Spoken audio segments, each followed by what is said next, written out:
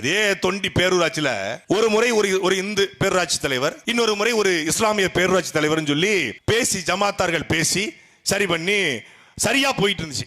ஒவ்வொரு வார்டு கவுன்சிலுக்கும் 3 லட்சம் ரூபாய் கொடுத்து இஸ்லாமிய பெருமக்கள் ஜமாத்தார்கள் ஒருவரை தேர்வு செய்தால், அய்யூப் கான் அப்படிங்கிற ஒருத்தரை தேர்வு செய்தா, இவர் ஒருத்தரை தேர்வு செய்து யாரு, காதர் பாத்தா முத்துராமலிங்கம் இஸ்லாமிய நண்பர் சொல்ற ஒருத்தர் வார்டு கவுன்சிலுக்கு காசை கொடுத்து இங்க இந்துக்களுக்கும் முஸ்லிம்களுக்கும் சண்டையை முட்டி விட்டு தொண்டி பேரூராட்சியை நாசப்படுத்திய இந்த திமுக கும்பலுக்கு நீங்க ஓட்டு போட போறீங்களா?